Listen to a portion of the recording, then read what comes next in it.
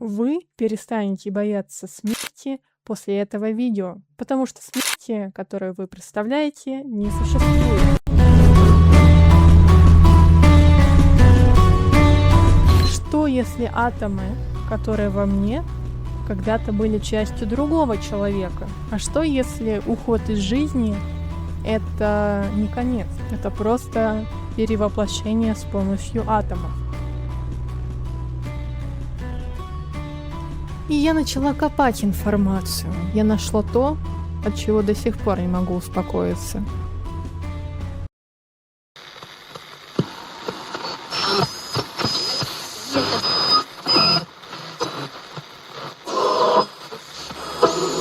Сложный процесс повторяется снова и снова. Снова и снова. Итак, все растения состоят из клеток.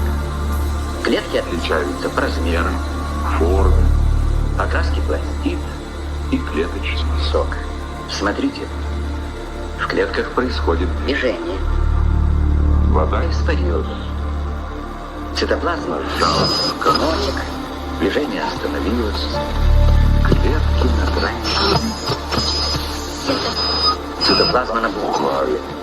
Снова начинает двигаться. Сложный процесс повторяется снова и снова. Снова и снова. Мы ничто. Пыль. Атомы. Я могу вам это научно доказать.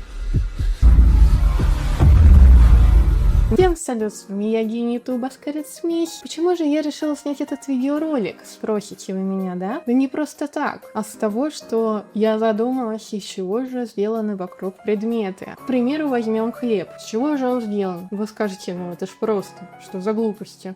Детские вопросы. Но если копнуть глубже, хлеб из муки, мука из пшеницы, а пшеница из земли. А из земли то, что было когда-то живым. В этом видео мы обсудим с вами реинкарнацию с научной точки зрения, без мистики и всяких душ.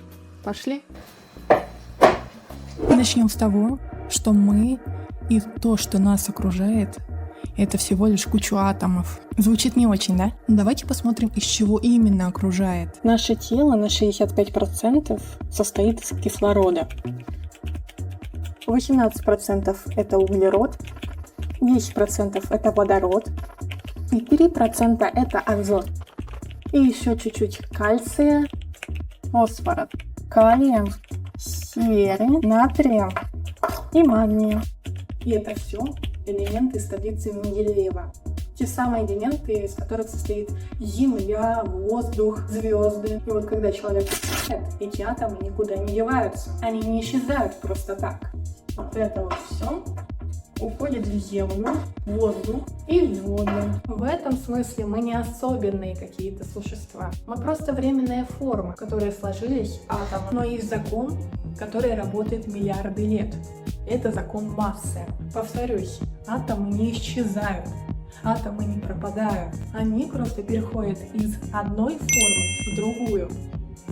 А что случается тогда с человеком, когда он умирает? Когда человек умирает, его тело разлагается. Бактерии, грибы, черви. Они делают свое дело. После этого атомы возвращаются в почву, в воду, в кислород. Фраза «мы то, что мы едим» уже приобретает другой смысл, не правда ли, да? Уже называть свою вторую половинку булочкой не так романтично звучит, верно, да?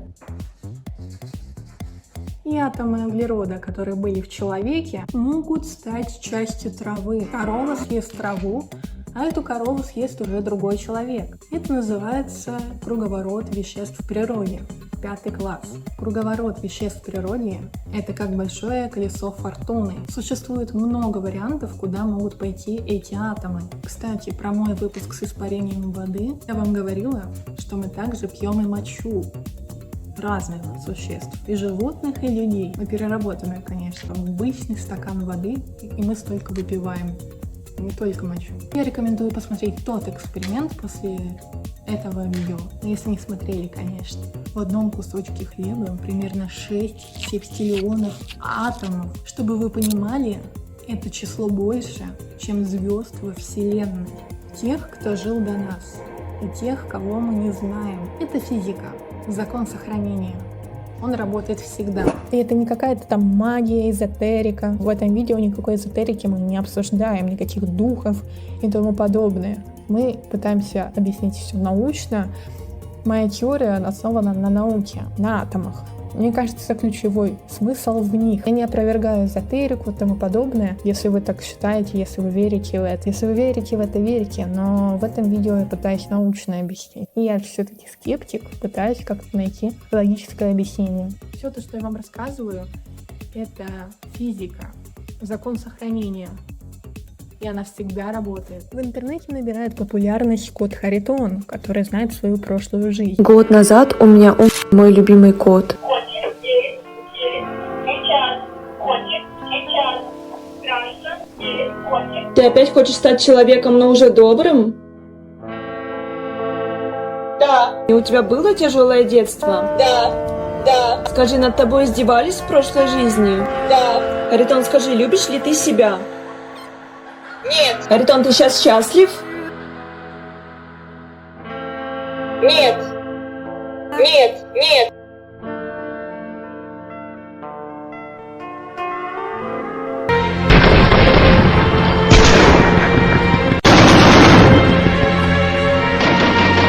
Кто-то верит и даже задает вопрос, а кто-то не верит и смеется над теми, которые верят. И тут как бы поделились на два лагеря, верят или не верят. Я не утверждаю, что это правда, не утверждаю, что это неправда, но просто случаев реинкарнации было больше 1000. И, возможно, их даже больше, чем 1000. Просто мы о них не знаем, об этих случаях. Атомы могут хранить информацию, и наука это доказала. В принципе, это можно назвать магией.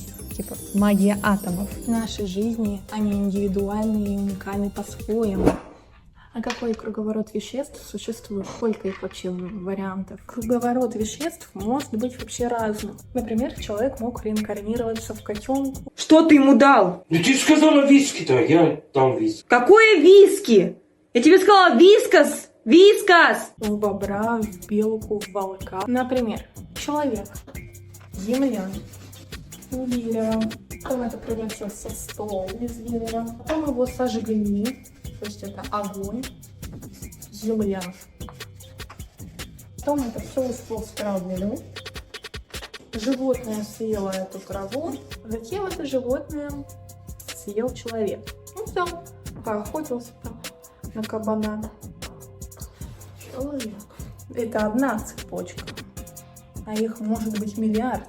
Та же Анна, которая была у нас, она могла реинкарнироваться в котенка, либо вообще в ящерицу. Я ящерица, я ящерица.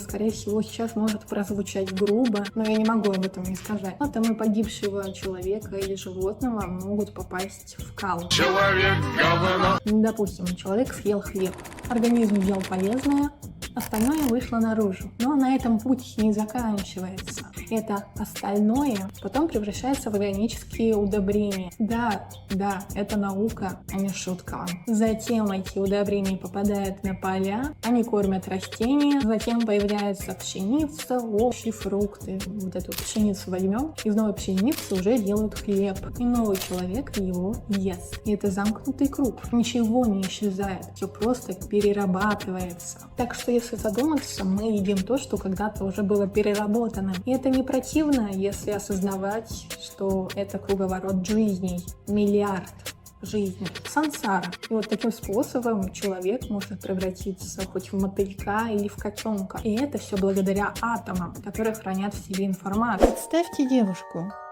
Она жила в 1900 году. Звали ее, допустим, Анна. И вот в один прекрасный день она умерла. Точнее, ужасный день. Она была захоронена, и ее тело вернулось в землю. Как говорится, позаимствовал у природы, и природе и вернул эту биомашину.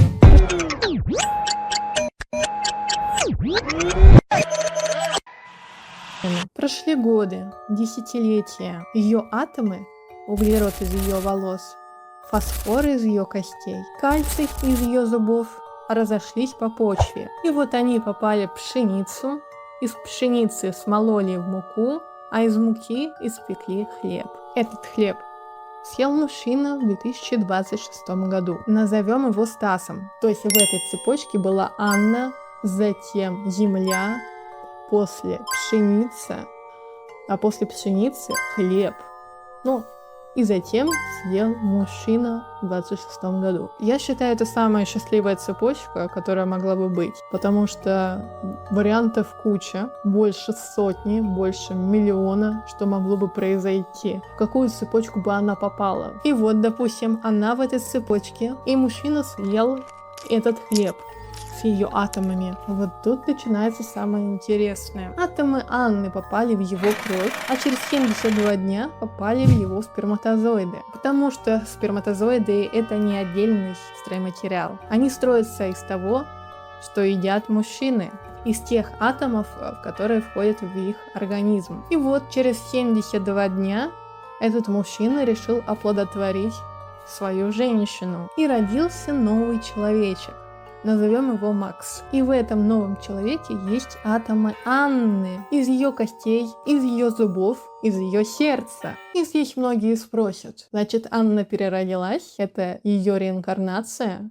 Это та девушка из 1900 года? С научной точки зрения, не совсем. Атомы — это не сознание. Сознание — это работа нейронов. Это электрические импульсы, химические сигналы, которые образуются с помощью наших чувств, наших мыслей и тому подобное. И главное, наших действий. Сейчас кто-то подумает про ДНК, но ДНК человека на память никак не влияет. Анна не помнит о своей жизни в 1900 году.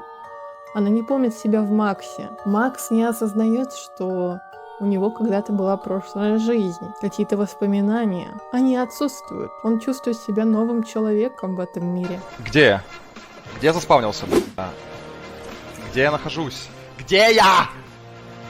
Блин. Анна в Максе не тоскует по своей жизни прошлой. Она не помнит об этом. Это как мы. Мы не помним, что было раньше. Что было до нашей этой жизни. Мы не помним, кем мы были раньше или чем. И тут повнимательней. Ее атомы стали частью его нейронов. А нейроны отвечают за его память, за его чувства и за его мысли. И тут у меня возникла такая бешеная теория, у вас просто взорвется мозг. Галочка, ты сейчас умрешь!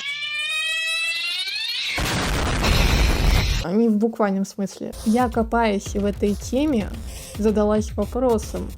Ты — это один человек? Ты уверен? Ты точно уверен? Или я, к примеру. Я один человек? Или нас больше 100 миллиардов? Ведь нейроны живут в нашем мозге. Ведь нейроны контролируют деятельность человека, обеспечивая обработку информации, регуляции функций организма, генерации эмоций и формирование личности. И это уже подтверждено наукой. Это связано с тем, что нейроны — основной структурный и функциональный элемент нервной системы. И их взаимодействие позволяет мозгу принимать, анализировать, хранить и передавать информацию, а также координировать работу систем и органов тела. Получается, не мы контролируем свою жизнь, а наши нейроны. Например, вас пригласили в гости, вы не скажете ведь: дайте моим нейронам обдумать это. Вы скажете: я обдумаю об этом. Много зафиксировано историй, где дети рассказывают о своей прошлой жизни, и довольно-таки они уверены в своих словах. Да, где-то из них могут быть фейки, а где-то и реальные истории есть. То если эти дети, которые помнили свое прошлое, запомнили информацию, записанную в атомы. Атомы могут хранить квантовую информацию. Спин, энергетический уровень, изотопный состав. И тут я задала вопрос: а что если атомы человека, который жил до, сохраняют не только химический состав, но и резонанс его жизни? И когда они попадают в нового человека, особенно маленького ребенка, чей мозг еще пластичен, они создают эхо. Эти дети, которые помнят прошлое, они существуют. Их история записана и подтверждена, но они забыли все, когда выросли. Но только единицы запомнили. Ян Стивенсон задокументировал 1200 случаев из 2500 исследовательских детей, которые помнили свою жизнь и рассказывали об этом вообще спонтанно. Ученые выявили несколько характерных закономерностей. Дети начинают говорить о прошлой жизни примерно в 3 годах плюс-минус, а забывают они уже к 7-8 годам. Это обычно. Дети начинают проявлять свои знания и умения, которые трудно объяснить их возрастом и опытом. Странно. А где тут я как бы? Это ты, Фуджими. Чего?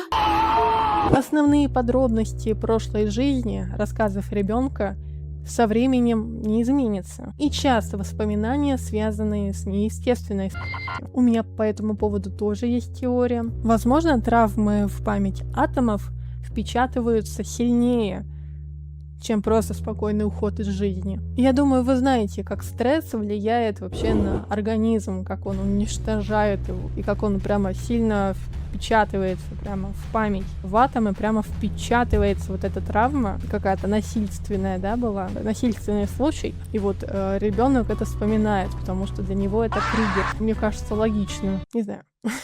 Напишите в комментариях. Стивенсон заметил, что дети имеют родимые пятна, которые они связывают с прошлой жизнью. Например, индийский мальчик Рави, который говорил, что ему пи***ли горло, родился с полосой поперек шеи, напоминающей шрам от ножевого ранения. И вот вернемся к тому моменту, что дети забывают свои истории прошлой жизни в 7-8 лет. Да, они могут забыть, но поведенческие паттерны могут сохраняться. Например, фобии. Это страх воды, если в прошлой жизни было утопление. Вкусовые предпочтения, эмоциональные реакции, сексуальные привычки, даже если пол сменился. То есть что-то очень глубинное может передаваться. Если вернуться к нашей истории с Анной и Максимом, эта информация не может быть не опровергнута и не подтверждена. Это очень сложно подтвердить. Это сложно проверить. Но мне что-то подсказывает, что атомы Анны, как мы помним, атомы хранят информацию. Они могли повлиять на новорожденныша и сохранить интересы. Но он забудет 80 либо 90% случаев свою прошлую жизнь. И тут остается последний и главный вопрос. Будет ли это та самая Анна, которая родилась в новой семье, с новыми родителями, в новом теле и забывшую свое прошлое? Друзья, теорию не стоит проверять раньше времени. Все сказанное в этом видео — это ради прокачки наших мозгов с вами. Да, и реинкарнация — это сложная штука, проходить через все трансформации, что травой, то можно стать любым вообще, даже предметом, хоть столом, например, деревянным, он же из дерева, а дерево откуда растет. А можно вообще переродиться в говно. Да и реинкарнация может занять до миллионов лет. Если ты за 10 лет, за 30 лет, то ты счастливчик, если ты так реинкарнируешься. Но это более счастливый сценарий. Почему только единицы помнят свои прошлые жизни, а мы нет? Это просто потому, что тех атомов, которые были в нашей жизни прошлой, они разделились. Мы можем только какие-то хобби, увлечения, что-то похожее, что нас увлекало в прошлой жизни. Просто информации в атомах, которые мы имеем сейчас, которые мы приобрели при рождении вот этих атомов, их было недостаточно для того, чтобы вспомнить свою всю прошлую жизнь. Потому что где-то другие атомы гуляют в другом месте. И, возможно, вы где-то проживаете даже жизнь благодаря этому. Но вы об этом не узнаете. Может быть, конечно, найдутся скептики и скажут, что да нет, бред, я лучше в духов поверю, чем в это во все. Но мне кажется, моя теория, она больше к правде. Тут больше логики какой-то есть, какой-то дух, который мы не видели никогда. И куда по итогу могли попасть атомы той девушки из 1900 года? Атомы распределяются случайно, в зависимости, куда же приведет их кровоток и метаболизм. Они могут попасть в нейроны, мозг. Они становятся частью клеток, которые участвуют в мышлении, памяти и чувствах. Кости встраиваются в костную ткань и остаются там годами. В мышцы они становятся частью белков, обеспечивающие движение. Кровь. Они циркулируют в виде ионов, молекул, участвуют в виде кислорода. ДНК-атомы фосфора и углерода могут войти в состав нуклеотидов, букв генетического кода.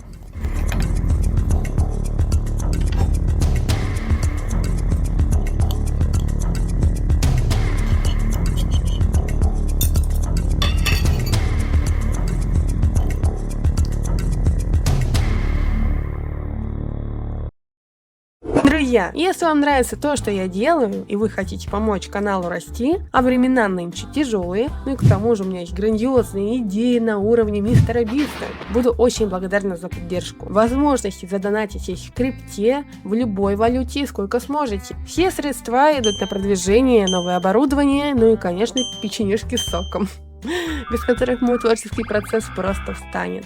Okay, let's go. А что, если Анну сожгли?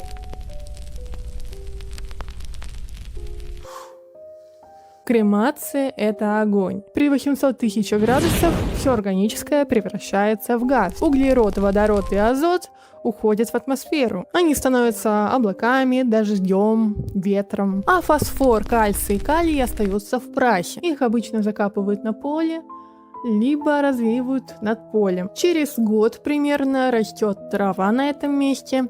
Затем корова ест эту траву, а потом эту корову ест человек. И атомы Анны уже в чьей-то крови. Также на этом поле вырастет пшеница. В ее стеблях атомы Анны, в ее зернах частицы ее костей. Пшеницу собирают, мелют и пекут хлеб. И снова кто-то съедает этот хлеб, и атомы Анны оказываются в чьей-то крови. Кремация не обрывает цепочку. Она просто делает ее длиннее. Атомы не горят, они просто дольше путешествуют. Может, вообще духи, призраки — это просто атомы, в которых хранятся информация прошлых жизней? Как ты думаешь? Я умер, отъебитесь от меня. Я тоже так думаю. И гипотеза насчет потустороннего мира, призраков, но она не имеет экспериментальных подтверждений. Вернемся к атомам девушки из 1900 года. Ее атомы встречали на своем пути и другие атомы. После того, как она покинула этот мир, эта связь могла сохраняться. И вот когда ее атомы расселись по всему миру, они бы могли бы создать эффект, которые люди воспринимают как чье-то присутствие. Это холод, необычные совпадения и необъяснимое чувство. Квантовая запутанность работает на уровне атомов, но никто не знает, как она может проявляться в масштабе человеческого восприятия. Есть еще одна теория по поводу призраков.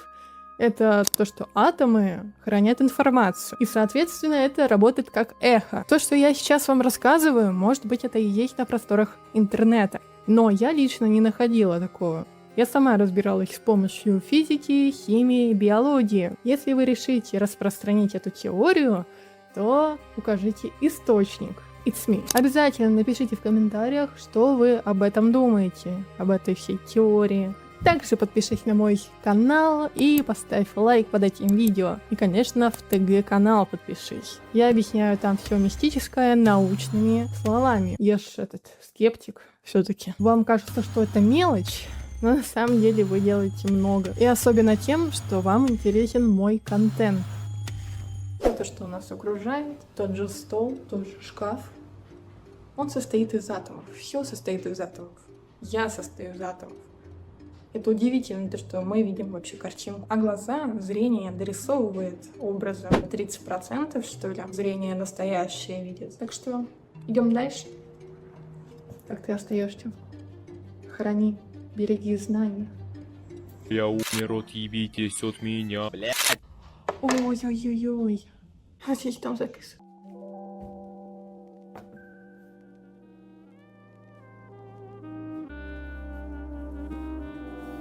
Атомы, из которых мы состоим, вечны.